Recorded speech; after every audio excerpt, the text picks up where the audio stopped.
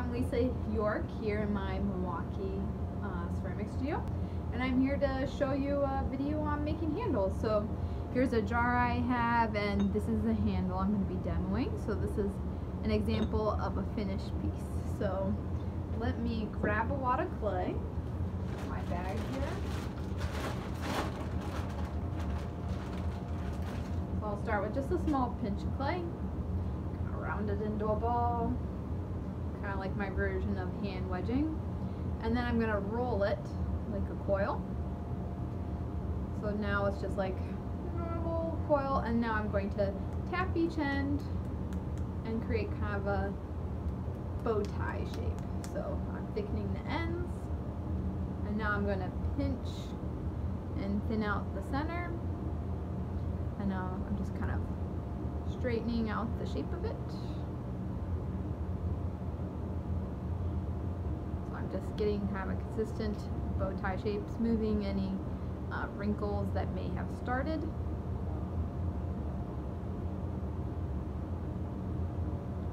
I'm just smoothing away some of the wrinkles. So there you go, nice bow tie shape. And now I can take it over my finger and flex it into a U shape. And if your clay was drier, you'll see a lot of cracking, and you might have to not do that in one smush into a U shape. But this clay is fairly wet, so I'm not having to repair that many cracks. So I'm just coming in here, compressing the tiny bit of wrinkles. Like you can see, there's ever so slight wrinklage there.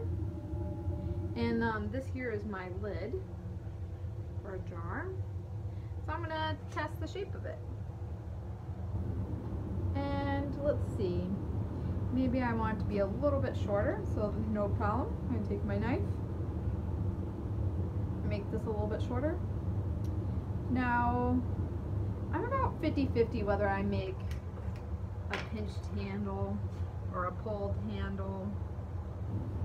I guess with these lids, they tend to be more so pinched handles, but as you can see, it's a very thick handle, and I'm gonna get this centered on here, mark it. So whether I pull it or pinch it, I tend to leave them extra thick because I want to carve it so it looks consistent with the carving I've done elsewhere on the form.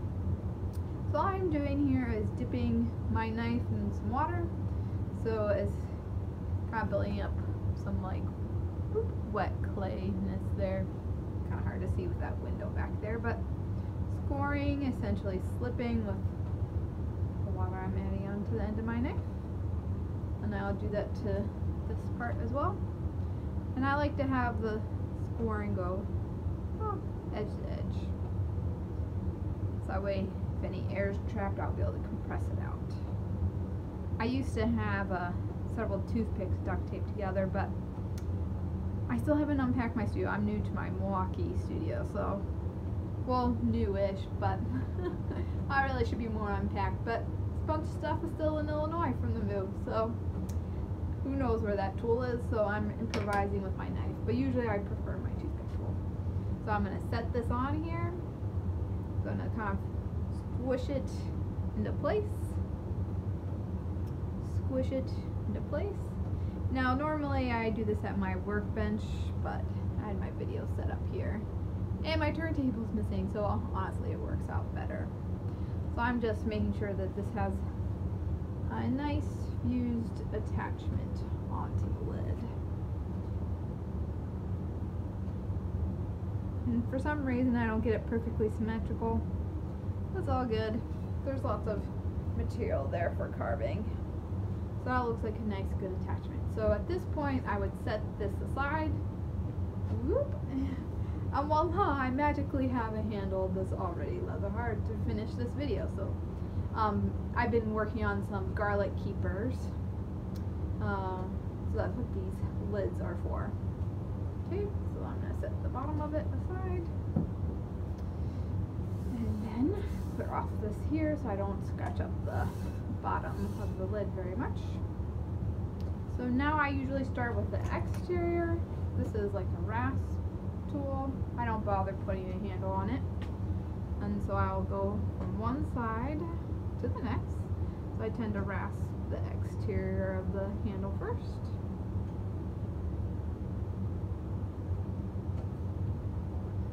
And at this point I can decide, do I want to leave it like with a sharp point?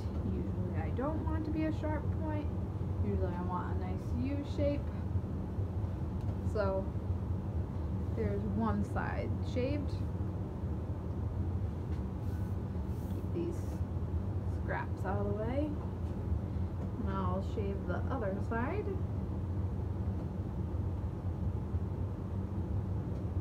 Like I said, it doesn't really matter whether it's a pulled or pinched handle because I do them so thick to carve them after the fact. So, taking a look, symmetry of it all. I'm going to carve a little bit more. Just kind of getting that U shape at the top there. Pretty happy with how that looks. But you gotta check it side to side. Like I seem to have a shape in there. Okay.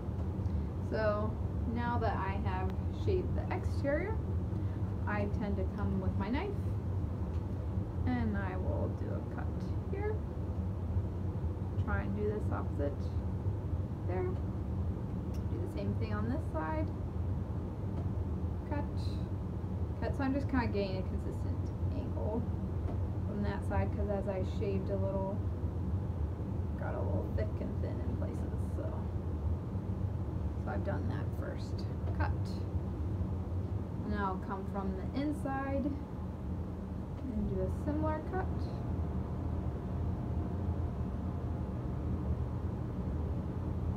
And like I said, the jar body itself is very carved. It still needs to be refined a little. So I liked the handle to mirror similar type of carving. So you can see there I've done the 2 cuts on that side. This one I still need to do that second cut. So it just gives it a lot more cleaned up look. So cut. Cut. Guess I don't need to say cut every time, but that's alright. And then just tidying up this like inner arch shape here. Right. So there's a little bit of inconsistency in the shape. So that's alright, I'll fix it now. Yeah, I'm a very messy potter. So for me it's just like, alright, go back, refine more, alright, refine more, because I just don't get it right the first time. That's okay, you just have to know yourself and your style working and be persistent with going back and refining things. And then just kind of checking things with my finger as well.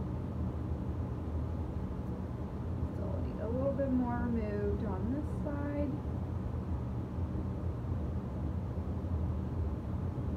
Okay. I'm getting pretty happy with how this is shaping up. Almost pretty happy. And then I'm just looking to see if it's indeed like a consistent U shape. Just checking that out. So at this point I've got the arch pretty refined, but this ends look really messy. So I'm going to come in with my Kemper, what number is this? R2. So I'll come in with my Kemper tool and I'll trace around that connection point. So what I'm doing is tracing around. Guess I probably could have brought this video a little bit closer. But you see I'm tracing around. So now I'm going to hold it in a more natural position. And just trace around that shape. So the answer is yes. I spend more time on the handle than maybe a typical production potter does. But that's also why I have my pots priced a little bit more, because the reality is I invest more time than a production potter. Production potter meaning like someone who's making like 100 or so mugs a day. And that might be a low rate. I wouldn't compare myself to that at all. Sometimes I'm lucky if I finish 20 pots in a week. So I'm noticing it's like really messy right in here. So I'm thinking that this tool will slide in there and, ooh, barely. So I'm just cleaning up that floor of the arch.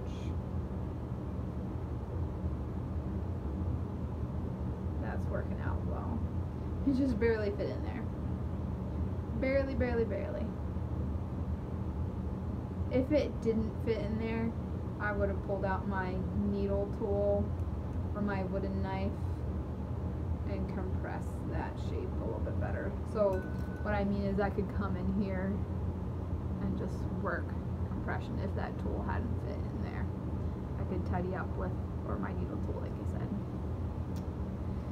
So let me clear all this away off the wheel head so I don't smush anything. I can also come with a rib and just kind of recompress shape. Typically I'm leaving the lids themselves smooth. Sometimes I carve that with the brass tool as well. So I'm just kind of tidying this up. And because this is B-mix without a lot of grog in it, I can also tidy up with a sponge.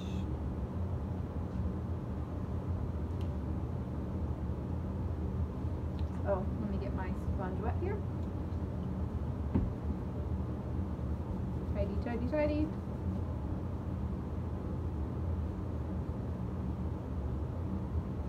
So I'm just kind of reducing the marks made there. So there you go. I have both a pulled handle and a carved handle.